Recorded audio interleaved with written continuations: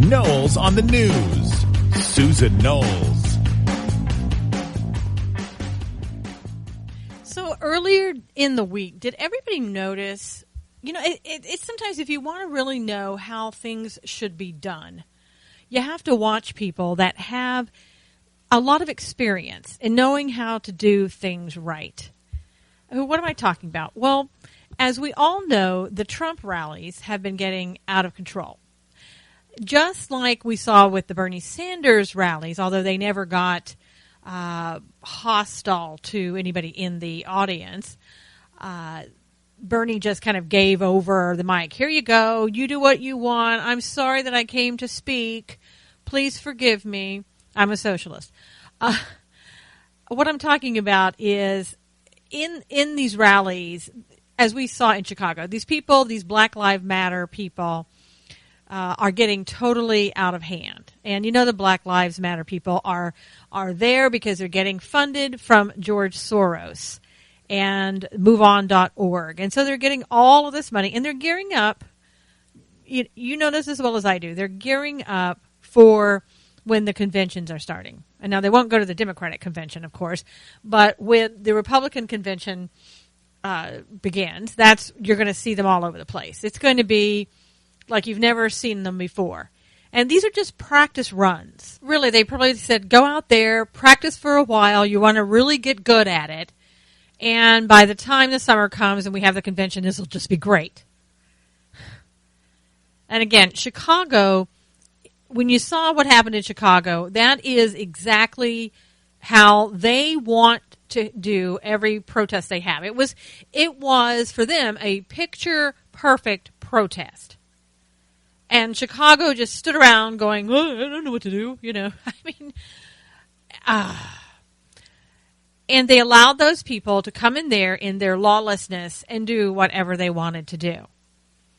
Well, and then comes the Arizona rally. And that rally was quite a bit different. Now, they did block the freeway. And you could see on TV, all the way back as far as the eye can see. There they are, all the cars all lined up with all of these young. They were young, for the most part. They were young, a lot of them Hispanic. I guess it was a Hispanic group there, and Black Lives Matter, everybody else. Anybody and everybody, MoveOn.org, George Soros, get your money here, right here, line up, and let's cause havoc, wreak havoc everywhere we go. And so all those people sitting there just trying to go someplace had to sit and wait in traffic while these idiots broke the law by being out in the middle of the street, middle of the freeway with their banners or standing there. And then, dare anybody to move. If they moved an inch, people were, oh my God, what are you doing? And start yelling at them. I mean, it was just absolutely insane. Absolutely insane. And there was one guy I heard today, he was sitting there, he wasn't even going to go to the Trump rally. He was just trying to get to the church. I can't remember if he was a youth pastor or did something at the church, just trying to get to the church, minding his own business. And he's sitting there in his company car. I don't know if he was the entrepreneur and owner of the company. It could have been. Pretty sure that's what it was. But he's sitting there in traffic, trying to go, and because they saw the sign on the side of the truck, it's my understanding now he's getting death threats. This man who had nothing to do with Trump, nothing to do with any protest, wasn't there for MoveOn.org or Black Lives Matter or anything else, sitting there minding his own business, now he's getting death threats. Why? Because he dared get in traffic to go someplace. And this stuff is so out of hand, ridiculous. Somebody has to just stop this. And I sat there and I watched all of this on TV, and I'm looking at this, and I'm watching as these people are just allowed to stand there. I understand that people want to be cautious. I understand that anytime there's an issue involving a black race and a white race, it's always racism involved. Well, let me tell you, that's not always what it is. But the political correctness group, the progressive left, has trained all of us to believe that, oh my gosh, we can't do anything so politically correct. We dare try to move anybody who happens to be of a different skin color. I think people are going to start looking at their skin and going, okay, and then comparing it against somebody else's skin and going, okay, should I touch them to move them? Or, gosh, I don't know. They're almost the same skin tone, but not quite. Is that going to be okay? Ridiculous. We have got to stop this. Honestly, it has gone so far overboard that it's not even funny anymore. I think in the beginning it was just ridiculously stupid, so everybody thought, oh, okay. But now it's gone above and beyond. And again, when summer comes, that's when you're going to see all hell break loose. I really do think that's what you're going to see. Because again, these are practice runs. That's all they are, practice runs. But I really like the fact that Sheriff Arpaio, Joe Arpaio, he's like, you come to my town and there's different rules here. We're not playing by the rules in Chicago. We're not playing by the rules in California or New York or anywhere else. This is Arizona. Welcome to Arizona. These are my rules. So what does he do? I'm looking at the video.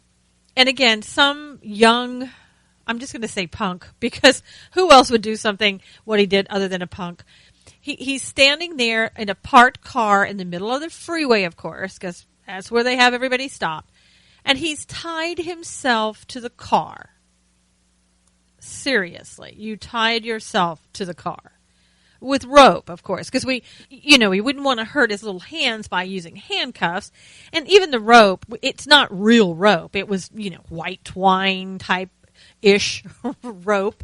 Because, again, we can't hurt the little guy. I mean, he can't hurt himself that way. So we've got to make sure we don't rub the skin and get a mark or anything. So he ties himself to the car. And you see these...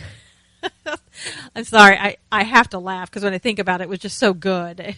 You see the sheriff's deputies go up to the car, and of course he's not going to do what he's asked to do because, he's above the law. And they untie his little hands from the car. They put handcuffs on him behind his back. And then, of course, he's not going to walk. And the guy... He was probably, I don't know, about as heavy as a toothpick. And so when he refuses to walk, one deputy starts picking him up and another deputy runs up. But he didn't need to. One was fine. But another one came up and picked up his feet. And they literally carried him off like a purse. I mean, it was great. And, of course, while they were doing that, you've got his compadres over at the side going, oh, way to go, whatever his name was, way to go. And then when the sheriff deputies pick him up, it's like, you stop that. You let my friend go. He's not doing anything wrong. He's just tied himself to a car. Oh, my gosh. I can't even imagine. I don't know. Hopefully... Nobody's going to come to California. I know they will. And who knows what's going to happen here. They'll probably give them, the Black Lives Matter people, they'll give them the key to the city, no doubt. So I'm not looking forward to that. It's not going to be good. It's not going to be like Sheriff Arpaio. It's not going to be that way. It's going to be, oh my gosh, let me just get out of the way. We don't want to do anything. Have a nice day. And don't forget to visit Hollywood while you're here. Yeah. Honestly, I want this election to be over. Worst election I can ever remember in my lifetime. Everybody now is afraid that the GOP, that they're going to steal the nomination from the GOP. I know there's been some talk about how they're going to do it and they're going to wait till they get to the convention. Well, I have to tell you, that's the way the conventions always are. It's the delegates at the convention who decide who the nominee for president is going to be.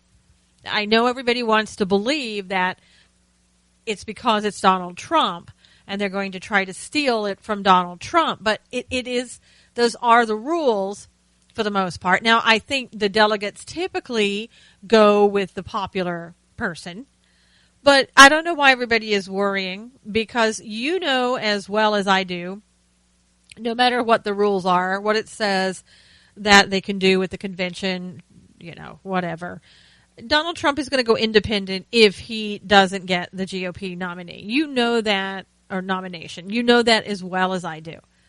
So I don't think there's anything for you to sit and worry about, really. And maybe you're saying, but I should worry, and that's not the way it should go. I don't want the convention to take away who the people want, whoever that person is. I don't want that to happen either. But, there's no sense right now in trying to, what are you going to do? I mean, we haven't even had the convention yet. Are you going to, you could tell them, this is not acceptable, we don't like this, but what else are you going to do? You're not going to go out there and be like Black Lives Matter and protest, are you? Because other than doing that right now, there's not too much that can be done legally to get that to change. Again, there are rules at the convention. Whatever those rules say, that's what they're going to have to follow. And if they don't, you and I both know that everybody's going to come unhinged, and it's not going to be pretty for anybody. I think right now we're so close to civil war, it's absolutely frightening at times. It seriously is. If you're not putting your faith in God right now, and you're putting your faith in everybody else, wow, please change course. Go back to God, because you're going to need God pretty soon. Because I'm telling you, I've never seen this, even living through the civil rights era, which was really bad. This is probably about, I don't know. It looks to be about 3 or 4 times worse. I hopefully not. Hopefully I'm totally wrong about all this. That would be great. But I just don't know what's going to happen. People are getting just absolutely frantic about everything.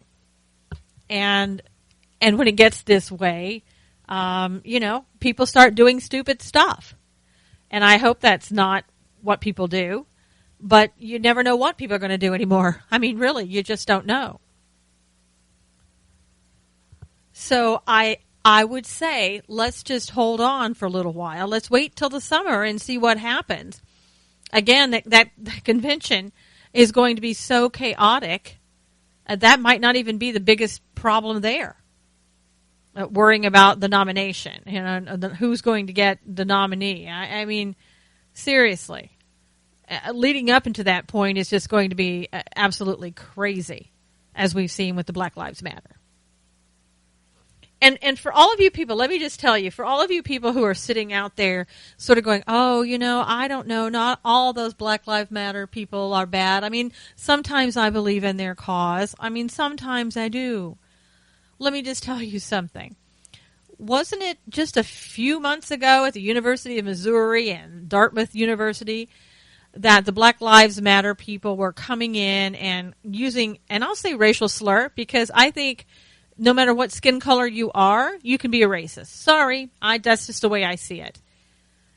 And during those times at those universities, the Black Lives Matter people were protesting, and as I recall very vividly, they were calling white people every derogatory name in the book. And you remember it. If you say you don't remember it, you're kidding yourself. And all of this talk about white privilege and everything else that's going on. Okay, well, let me just tell you, Black Lives Matter have now changed their tune. And what do I mean by that?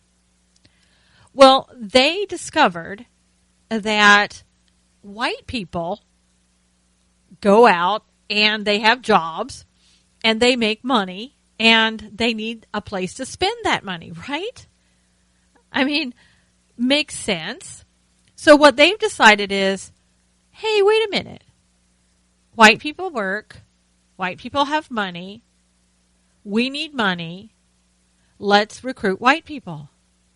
So now, when before that they were screaming all of those racial slurs at you, now they want you to join in with them and their causes.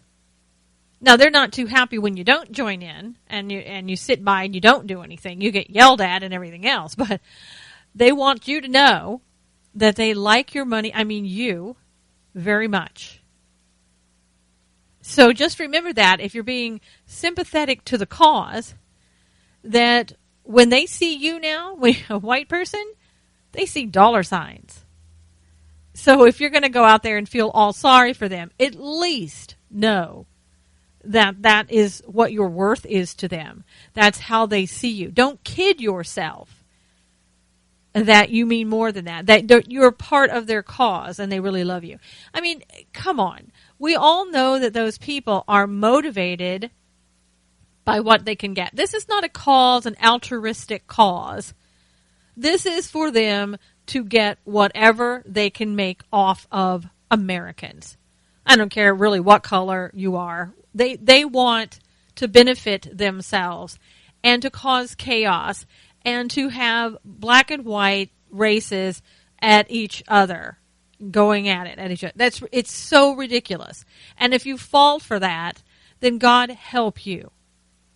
What happened to judging people individually, each person one at a time? When did we go back, black or white, judging the other race based upon a whole group of people? It's ridiculous. You know it, and I know it. I frankly don't want to go back to the civil rights era. I had enough of that as a child, watching my innocence just go out the window because I was trying to survive every day, a race riot or some other intimidation or what have you.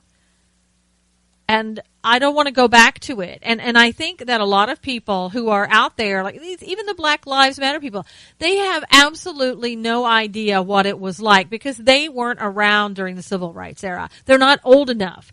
They don't know what it's like to have people hate you, riot against you, threaten you, physically abuse you, whatever. They don't get it. And they still don't get it. You know why they don't get it? Because everybody has such a hands-off attitude. Oh, we can't tell them to leave. We're going to be seen as white racists, and we can't tell them to move along even when they're breaking the law. We've got to go back to law and order somehow. This isn't black and white. This is law and order. We're losing our country to lawlessness because of political correctness. And we can't keep doing this. You don't survive this way. You really don't. And I know everybody, talking about building the wall between us and Mexico. Okay, what are you going to do in building the walls in here, inside the United States? Because this is where people are starting to kind of just lose it. With all of these groups coming out and speaking out against every candidate that tries to, to have a rally. It's absurd. And so far, the only people I'm seeing protesting at rallies is for Donald Trump and Bernie Sanders. That's it. So I'm not sure why just those two, but I'm sure, maybe they'll get around to everybody else. Not Hillary, of course. That's not going to happen. But we've got to get the police officers to start doing their jobs. And I'm not blaming the police officers. They're taking their orders from the top.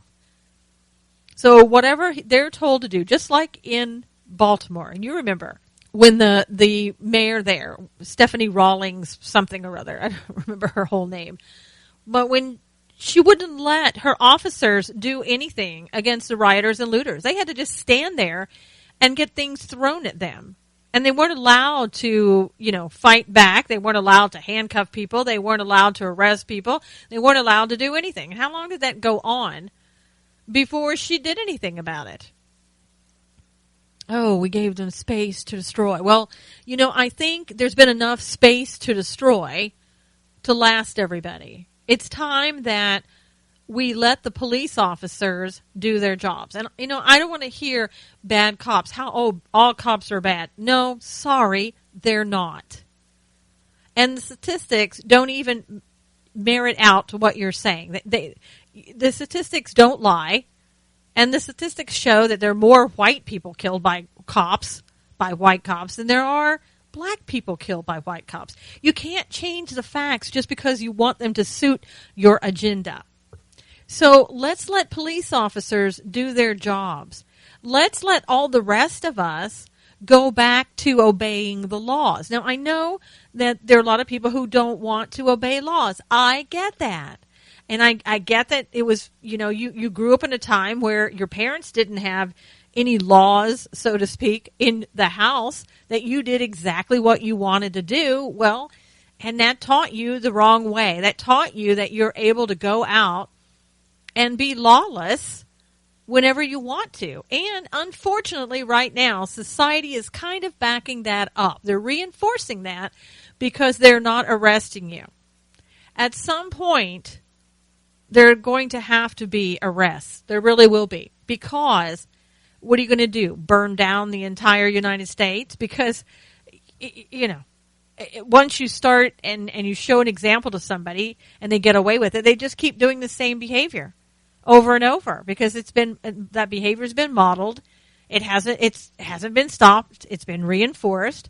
And so people say, hey, I didn't get stopped before. I didn't get in any trouble before. I didn't get arrested before, on and on and on. So therefore, I'm going to continue to do exactly what I've always done. And so that always doing that has to stop at some point.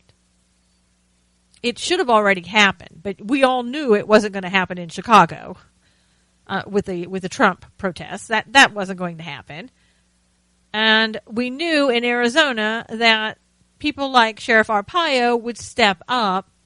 And while, in my opinion, while he did a great job, he didn't do it fast enough. And he didn't arrest more people. So, what are people going to do? Wait for the military? Are you wanting martial law? I mean, I know some people are. And that's exactly what a lot of people fear, is this is what Obama is going to do. He's going to declare martial law when all of this chaos starts, and that's, it's going to be all over with. And that's what these people, these MoveOn.org, these Black Lives Matter, that's what they're working towards. They really are. They want chaos, and they want somebody to come out and say, okay, I'll take over now, and I'll shut everything down, and then they'll have everything that they want, they think, and the world will be upside down. And the United States certainly will be upside down. So again, as I've said to you before, you have to start thinking about, and I know you do, the listening audience, you are very smart, very conservative and up on things. But we have to start looking at what's going on behind the scenes. Because as all of this is going on, the people on the left are continuing to plod along and do what it is that they always do. They're not taking breaks, okay? They're moving as fast as they can to get what they want. And what is it that they want? God, so many things. Number one, get Hillary elected. How are we going to do this? Continue to raise money. Everybody's so focused now on these protests, the Trump protests and the Black Lives Matter people, that when's the last time you heard anything about Hillary's emails? When's the last time you heard anything about Hillary going to jail or anything that Hillary did wrong? Weeks. Has it been a month? Maybe so. And as we speed towards the election, we're going to keep looking at all the protests. And then when we don't think about the protests, we're going to think about, oh, wow, what's going to happen at the convention? Who's going to get the nomination? See, that's what they want you to do. They want you to be so embroiled in all of that they just keep doing whatever. They just keep moving along. And we don't even notice.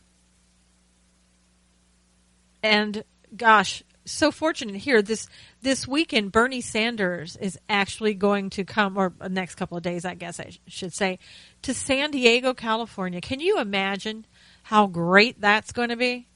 I can't wait to see how many protests, or I don't know if it's a private function that he's going to be at. I don't even want him in San Diego. Why is he here? And we all know why he's here, because unfortunately, San Diego, that used to be a very conservative GOP town, has flip-flopped the other way. And a lot of people, I hate to say it, but a lot of people blame that on Ronald Reagan. And why do I say that? Amnesty. It really, when that happened, everybody stayed, and guess what? Everybody loves Democrats, and they love the progressive left, and that's how they vote now. So this small little wonderful place, not so small, but small as compared to LA and everything north, used to be so conservative. And it was such a shame to watch that happen, to see the difference, to watch it all go down the tubes. So I'm sure that Sanders is going to have just one heck of a time in San Diego. And, being the good socialist he is, I'm sure he's going to go to the neighborhoods, the lower economic neighborhoods, pay for his own food, pay for everything, I don't know, like I said, go to the poorest neighborhoods and have his rally there, right? Yeah. No, this is what they call talking the talk but not walking the walk, and we all know that. And it's funny. What I don't understand is how the Bernie Sanders supporters don't see that. How they don't see, his money, what he does, how he affords everything, and how he's sitting there telling them, we're going to pay for everything. And they're like, okay. And I don't know if you watched a lot of these things that they go out, the guy on the street, and they did go out into San Diego, and they talked to these young people. They had no idea. I think the one that I saw was, let's see, I can't remember off the top of my head. It was something about George Washington. And they had no idea, like, who George Washington was. We sit here and we go, wow, I'm incredulous. I don't understand that. But if you're not getting taught those things in school, and you're not going to get taught those things by leftists in school, because they're going to tell you all about Hillary, all about Black Lives Matter, Margaret Sanger, things and people that are important to them. They don't have your values. They're not going to teach your children that. Another reason not to have your children in those schools, but I guess that's the way it is. You keep on paying for those schools, and they'll keep on teaching your kids crap. And once they get into those schools and they're a certain age, even whether they're using your money or not, they're just going to believe what they believe. And their little minds are going to be twisted into the progressive left mind. And we've talked about this, I know, so many times. I get it. But I always go back to it because I have hope for the future, and I know that that's not going to happen if you continue to allow these people to be educated in the way they are. Just not going to happen. Now, in other news, isn't it wonderful that our president went to Havana, Cuba? I mean, aren't you? I would stand up right now and just clap if I could, but I don't feel like it. I tweeted out on Twitter, I said, I hope that he likes it so much there that he just stays. That would be great. But it was amazing watching him, Michelle, the two daughters, and I believe the other lady, I couldn't see, it was she was a little bit behind them. But I believe that was Michelle's mother. Everybody went to Cuba. Tell me this. I know it was a historic event. I get that.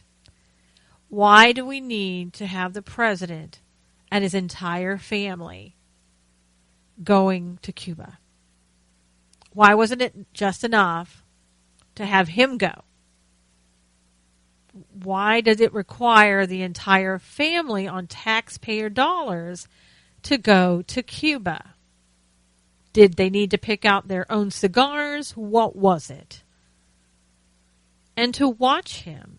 Well, first of all, let me say, when they got there at the airport, He had his umbrella, and this time he was actually holding his own umbrella.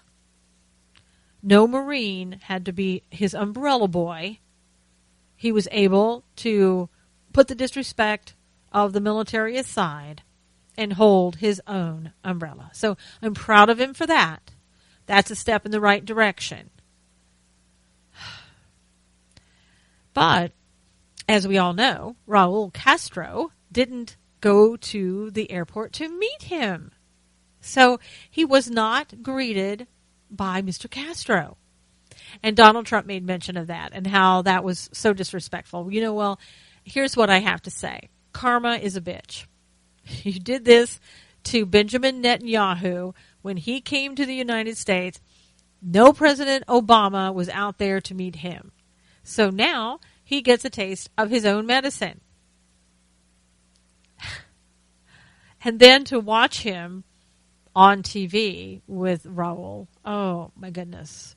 Standing at the podium trying to put I guess he was trying to put his arm behind the back of Raul. I guess the thing to Obama is maybe he's forgotten all the communist rules, but probably, Raul was afraid there was a knife in his, I don't know. But he would not let him put his arm around him, and it was a hideous scene with the president's arm dangling up in the air because Raul has it up in the air like he was going to declare him a winner.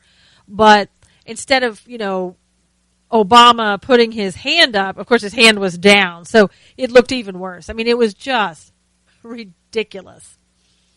And when you watch Obama, now that he's in Cuba, it's like watching a kid in the candy store. I mean, he is so happy to be amongst these communists that he can't even contain it. I mean, he's not even trying to act like he's not happy that he's out of the United States and over in Cuba. He's giddy, like a schoolgirl. Oh my gosh, I'm in Cuba. This is great. That's what it's like watching him. Sorry, it is. It's like watching somebody that is just sitting there opening Christmas presents. And I don't know when he's due back, but I don't know. Wouldn't it be nice if it were after like November sometime that he was due back? Just long enough, just quick enough to pack and get out. Wouldn't that be great? It's not going to happen. But somebody, you can dream, right? So I'm dreaming about it. How great would that be? It's like, don't let the door hit you on the way out. Just pack your stuff and leave. Go over to the UN, because we all know you're going over there. Just go on to the UN. I'm not even sure if he's going to wait a respectable year or anything before he goes and tries out. I think he's just going to, I think what he'll do is just take his stuff, get in a helicopter, and have him take him over to New York and drop him off there, right there at the UN. I think that's probably where he's going. And there were rumors before that Michelle was going to run for a Senate seat in California. God forbid that would happen. But if that happens, I think they have to live here at least 6 months. So he'll probably have to hightail it over here if she's going to do something like that. I don't even want to think about it. I can't. I can't go there. It's too much for me. But anyway, I gotta get back to where I was because that thought just took me down right away. It's like, whoa. I mean, I had hoped they were just going to go on to Hawaii, but that doesn't really seem to be what they're going to do either. I mean, these people are never going to go away. You're going to hear about them like you have the Clintons and the Bushes all of these years. It's going to be the Clintons, the Bushes, and the Obamas. They'll probably all get together and have luau's or something because while they may be in different parties, they're all the same. I mean, they really are. It's elitists. That's what it is. And this is where our government has gone to. They're all elitists. They really, really are. For the most part, everybody who's been a president has been an elitist. I think Ronald Reagan wasn't. He was the most down to earth guy that we had as a president, and as long as I can remember. But all of these other people they're just power hungry people who just really, they want to get in there, not for you and me. They don't want to get in there to see what they can do and how good that they can make things for us. It's all about them. What can I get? Okay, when I am not president anymore, I get to write my memoir. How much can I get for that? Where did we turn that corner and start going down? Where was it? I mean, seriously, where was it? But it's so hard to watch all of this, and it's so hard, again, to see how young people probably look at his trip to Cuba and think how wonderful that is, how great we're opening up relations with Cuba, with a communist country. This is going to be great. We're going to get their stuff. They're going to get ours. This is wonderful. And I don't know about you. Maybe you think it's wonderful too. I don't. I'm still waiting for Elian Gonzalez to be brought back. And I know he's an adult now, and I think he's in their army or whatever. I mean, poor guy. He had an opportunity to be here in America and be raised here, but yet he was taken back with a gun pointed in his face, and Janet Reno right behind it, practically taking him back to Cuba. And then, of course, the indoctrination took place right away. And he's never seen his aunts, I think his aunt and uncle. I've never seen them after that day, I don't think. Those poor people watching them trying to go to the plane, at least say goodbye. And, of course, they were never allowed to even be anywhere near him ever again. But he had an opportunity, and his mother lost her life for it. And I don't know. Most other people would have been allowed to stay. I mean, we have so many people here now, illegal immigrants who are here. I'm not sure why theirs was a different case. Maybe because he was a child, but that should have given them even more reason to leave him here, right? I mean, if it had been anybody else but Clinton and Janet Reno, they would have been here, and it was all based on politics. If it had been about bringing illegal immigrants here, and that would have caused Clinton to get some more votes if he needed them, then Elian would have still been here too. So you can't tell me that these people do these things out of the kindness of their hearts. And sending him back certainly wasn't out of the kindness of their hearts. But that's a different story for a different day. God only knows if Hillary gets in as president, what she's going to do. How many more Janet Reno moments we're going to have, and who she's going to have in her cabinet. Let's just hope that that never happens. I don't know that any of us could take that. Now to other news. You remember all the stir about Apple and the Justice Department. And they're trying to, of course, get into the San Bernardino terrorist phone, the iPhone. And the DOJ was trying to force Apple to help them break into the iPhone. And there was a lot of, should Apple do it? Should they not do it? And, again, people line up on both sides. Some people say, absolutely, Apple should have to do it. It's only for just this one time, and they'll never have to do it again, and it's for our own protection, et cetera, et cetera. And then there are others, like myself, who are on the other side saying you do it once, and you're going to do it for everybody. And you're going to give the FBI information that they shouldn't have, and they can go in and they can violate everybody else's privacy rights as well. And as you may recall, I said, the FBI, you should know how to do this.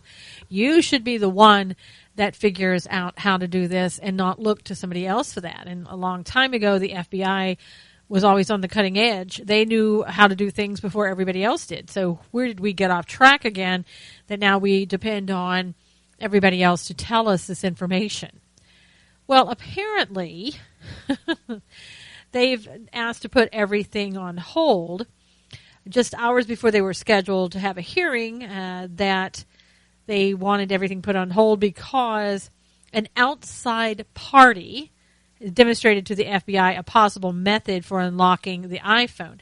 Now, I don't know if this is correct. This is just my sort of my gut feeling when I read that, the part about the outside source. I was thinking to myself, I wonder if this is an ex-Apple employee that has decided to come forth and help the FBI.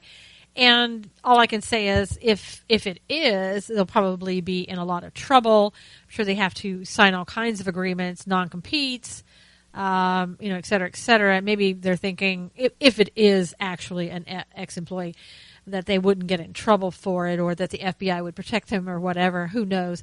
But I don't know. I just, in my mind, I'm thinking that's who it is.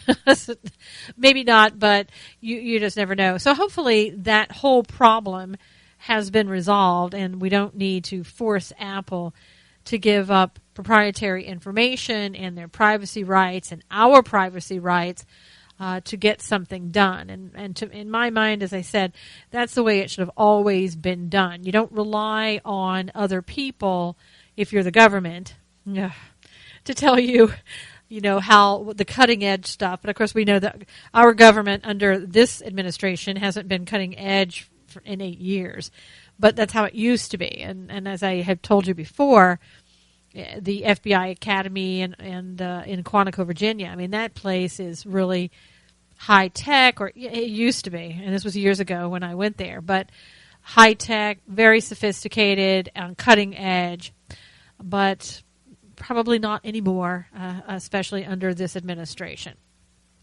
And then in other news, remember Elizabeth Warren? The one where the Democrats really wanted to run for president, not Hillary, but they wanted Elizabeth. But Hillary said, no, I don't think so, Elizabeth. It's not your time. And we Clintons mean business, don't you? Wink, wink, nod, nod. Who knows, maybe Elizabeth would be a vice presidential nominee for Hillary. And wouldn't that be great? Gosh. But anyway, it seems like Senator Elizabeth Warren, seems like she does not like Donald Trump, not one little bit. In fact, she labeled him a loser, a bully, and a threat. And she even, who knew? She has a Twitter account, and knows how to use it. She wrote, the real Donald Trump knows he's a loser. His insecurities are on parade. Petty bullying, attacks on women, cheap racism, flagrant narcissism. Really? Elizabeth, it sounds like it could be you almost there. But it says, but just because real Donald Trump is a loser everywhere else doesn't mean he'll lose this election. She warned her allies. And it's funny because you always have the left who talk about, we don't like Donald Trump and the way he talks down to people. She just basically said that, but then turns around and calls him a loser herself. And then let's see, she said that Donald Trump is a bigger, uglier threat every day that goes by, and it's time for decent people everywhere, Republican, Democrat, and Independent, to say no more Donald. I don't know, Elizabeth. Did you think that people would just go, okay, and run out and just do what? What did you hope to gain by saying this? What could she hope to gain by doing this, really? Who is going to listen to her? Now, I know that she does have a lot of people who wanted her to be the presidential candidate and not Hillary. Who wouldn't? But anyway, but I can't imagine what this benefits her or Hillary, really, because the people who are for Donald Trump are not going to turn around and go, oh, you're right, Elizabeth, we're just going to go over to Hillary now. Or we're just going to go someplace else. It's not going to happen. Do they really think that that's going to happen? Is the left that much asleep to think that that's what people are going to do? Or is it, again, is she looking for the vice presidential nomination, perhaps, and she's trying to come back out in the public eye? For me, I just can't imagine her being VP, because I can't imagine Hillary allowing her to be a VP and breathe the same air that she breathes. I can't see that. And makes me think, who would Hillary choose as her VP? And I know this is, oh God, this is so ugly in my head. I can't even think about it. But what if Hillary picked Bernie Sanders as her VP? Can you imagine that? The Clinton-Sanders ticket. Wow. You know what? That's a possibility. I hate to tell you that, but that's a possibility. Because she knows, I mean, she's socialist and doesn't want to say it. And he's already socialist and goes ahead and says it. What better for the left than to put those two together?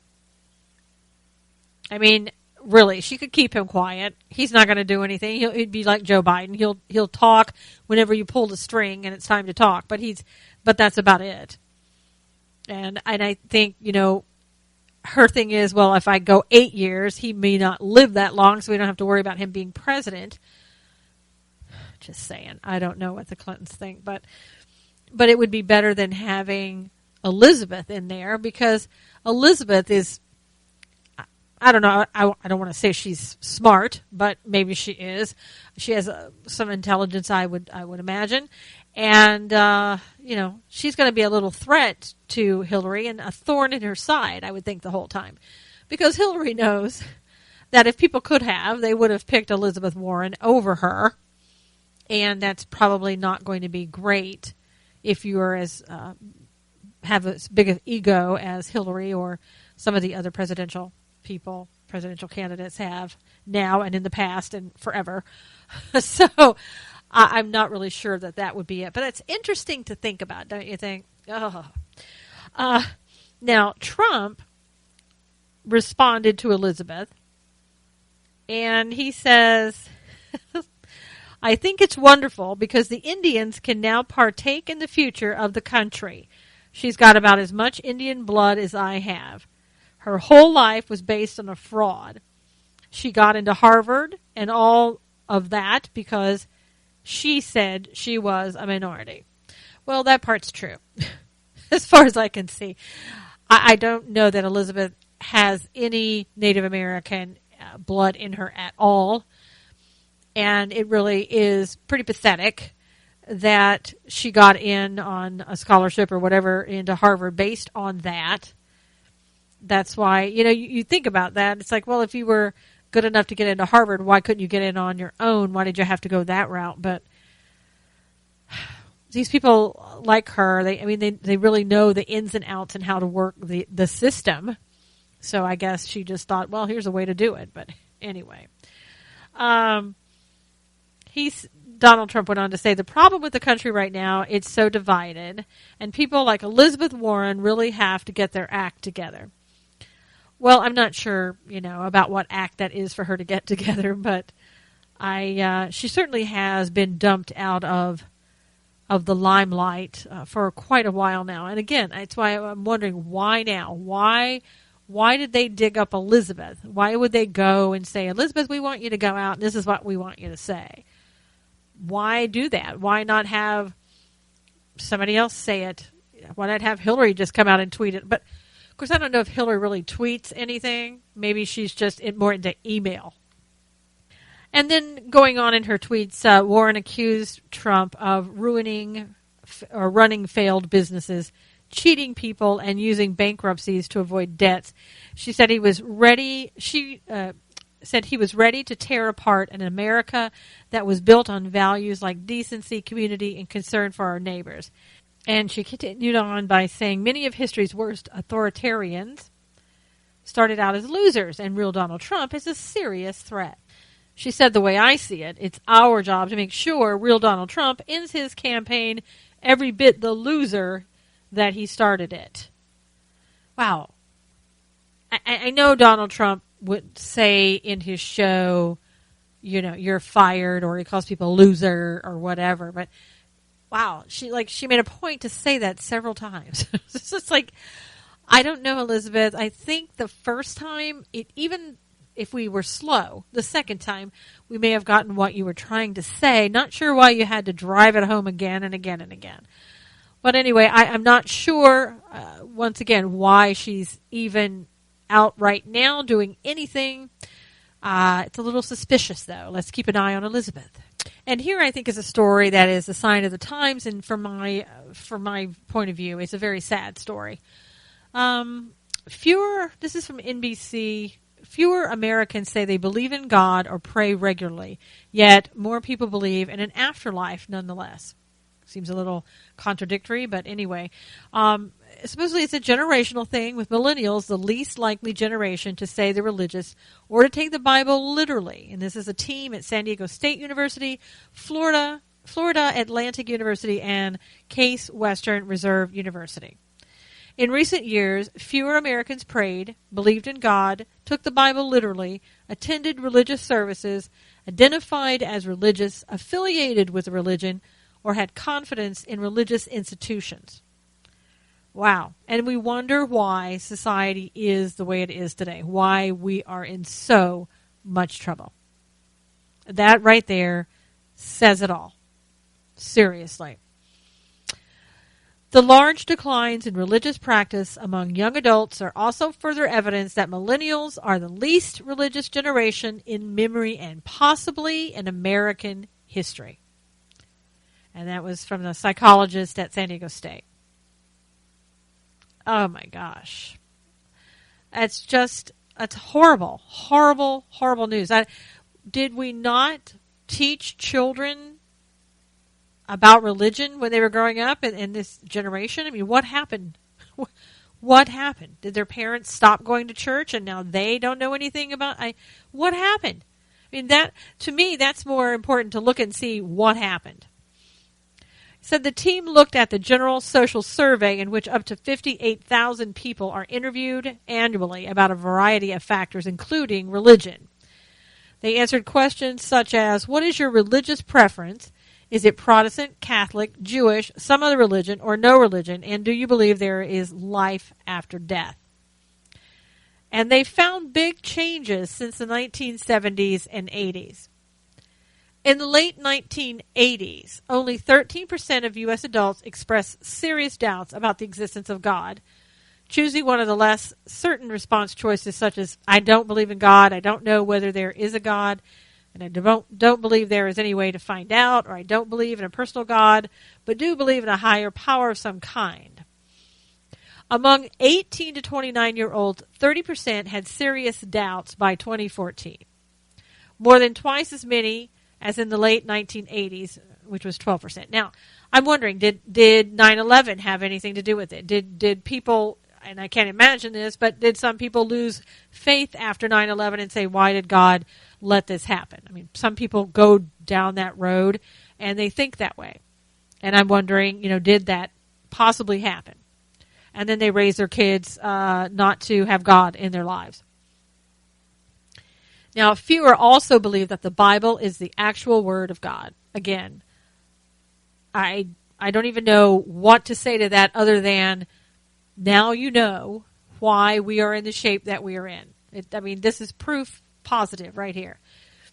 So in 1984, 14% of Americans believe the Bible is an ancient book of fables, legends, history, and moral precepts recorded by men rather than the Word of God. By 2014, 22% of Americans believed this, a 57% increase. Wow. Now that's amazing. That is a huge, huge increase in the number of people who absolutely don't even think that the Bible is real. Unbelievable. In 1998, 49% of 18 to 29-year-olds said they were moderately or very religious in 1998.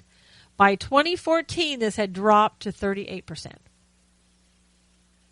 Wow, from 49 to 38%. And while 15% of adults said that they were not religious at all in 1998, 20% did so in 2014. Yet 80% of Americans said they believe in an afterlife in 2014, and that's up from 73% in 1972 to 1974. That boggles my mind there. I don't understand that. Now maybe that has to do with watching some movies about the afterlife, and the focus is on the afterlife. I don't know. I can't even begin to explain that. Somebody said in this in the study that he said it was interesting that fewer people participated in religion or prayer or prayed, but more believed in an afterlife. It might be part of a growing entitlement mentality, thinking you can get something for nothing. Woo! Part of a growing I think we've surpassed the entitlement mentality. We've gone way beyond that now. Because I don't know if there's a new word for when you believe that you were born to have anything and everything that you ever wanted now or ever. It's a little bit beyond entitlement. And if you can think of a good word, let me know. But I think that's where we are. I think that's why we see all of these groups coming forward and protesting. It's almost like people have, not everyone, but some people have lost touch with reality, or their reality has been such that it's been out of touch. You know, maybe their parents gave them every single thing they wanted before they asked for it, and continued that up until the day they died. I have no idea. But something has gone haywire.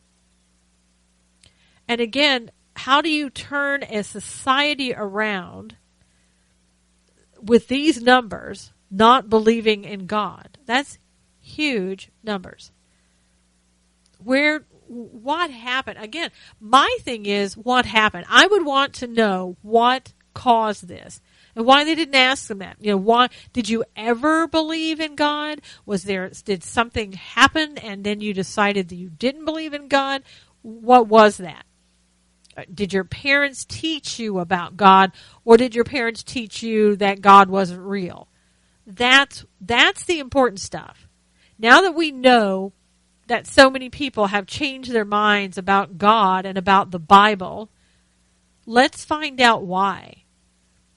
Because I don't think we're going to be able to turn the country around when you don't have people, especially the young people that are coming up, that are going to be raising the next generation, when they're not believing in God. What is that going to do for the next generation?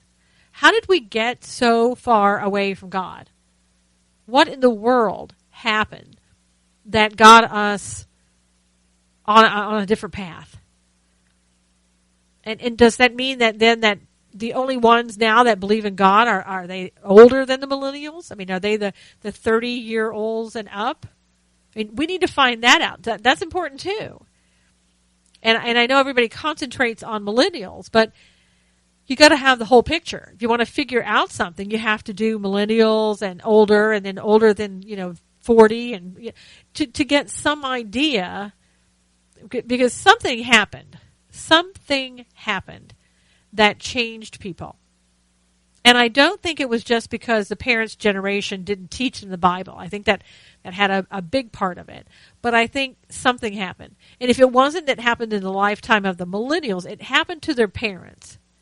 That the parents decided, we're not going to teach God in this house, and I'm going to hope that my kids don't, go to God. Something. I mean, so it happened either in the life of the millennials or it happened in the life of the parents. There's something somewhere that really needs to be found out. We really need to question those things so that we know, again, the young people, the younger than the millennials, how do we bring them back to God? If people are older and they're not believing in God, how do we bring them back to God? You can't have a country like we have right now of lawlessness. And I think you have lawlessness when you don't have God. It just goes hand in hand. So we need, if we're going to do a study, let's do something that's going to be worthwhile. Because I think most of us know that millennials, or probably a lot of millennials, they're just not religious based like that. And that, of course, doesn't include everyone, but I mean, the study shows right there, statistically, it's not good. So let's do a little bit more, figure this out, and hope that we can bring people back around to God before it is too late. Not only do we have to get our political ducks in a row, we need to get our spiritual and faith-based ducks in a row. And we need to do it pretty darn quick. Thank you so much for being here today. I'm really glad to be able to come to you and talk to you. We'll see you again next week. Until then, take care of yourself. Take care of each other. Be kind to yourself. God bless you. See you again next week. And this is Susan Knowles with Knowles on the News.